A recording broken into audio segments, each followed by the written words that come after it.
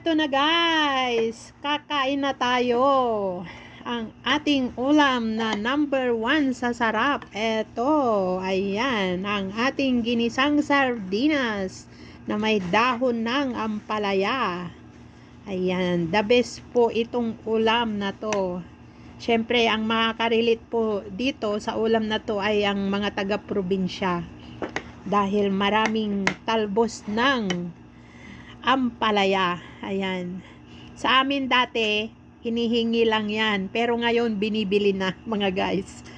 At ang pangalawa nating ulam ay ang aking nilutong kaldereta. Ayan, beef kaldereta. Sarap. At ito ang katakam-takam, mga guys. Ang ating nilagang kamuting balingoy. Ayan, kamuting kahoy sa Tagalog. At ang ating nilagang saging saba ng India. Ayan, mahaba po yung saging nila. Yung saging natin maiksi at malapad, pero sa kanila mahaba. Ayan, ang ating tanghalian for today. Ayan, Happy Father's Day po sa lahat ng father. Ayan, sa mga anak ko dyan, manugang. At sa aking mga kapatid, lahat ng aking mga kapatid, lahat ng aking asawa ng aking mga pamangkin at mga pamangkin, ayan, shout out, Happy Father's Day sa inyong lahat. Ayan, at sa mga kapatid ko dyan sa taas, at sa tatay ko at sa stepfather ko, ayan, Happy Father's Day sa inyong lahat. Mag-enjoy lang kayo dyan. At syempre, mayroon akong isang babatiin, special. Ayan, Happy Father's Day po sa inyo. Ayan. Thank you. Ayan. Kain tayo, mangantila. Mangantila daw, mangantila.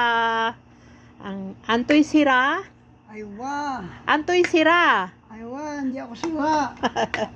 Ayan, hindi po yan marunong magpanggalatok. Antoy sira, anong ulam? Ayan. Anong ulam mo, Antoy Siram? Adobo. Anong adobo? Ayan guys. Adobong kaldereta. Halatang hindi siya nagluto dahil hindi niya alam ang ulam. Ayan. Adobong kaldereta. So shout out po sa inyong lahat. Kain tayo guys. Ayan. Bye. Mangke ka. Mangantayon amin. Masamit susira. Sardinas inggisa ed kamatis tan walay talbos ng ampalaya. At walay ilambong maiya kamuti ya kahoy. Atan so sira natan tan amay beef kaldereta.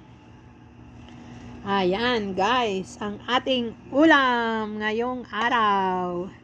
Happy Father's Day. At syempre ayan naka-ready na Ayan, kanino yan?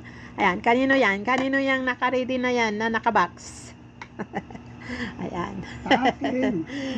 Ayan guys. So, kakain na tayo. Tara na. Hi guys.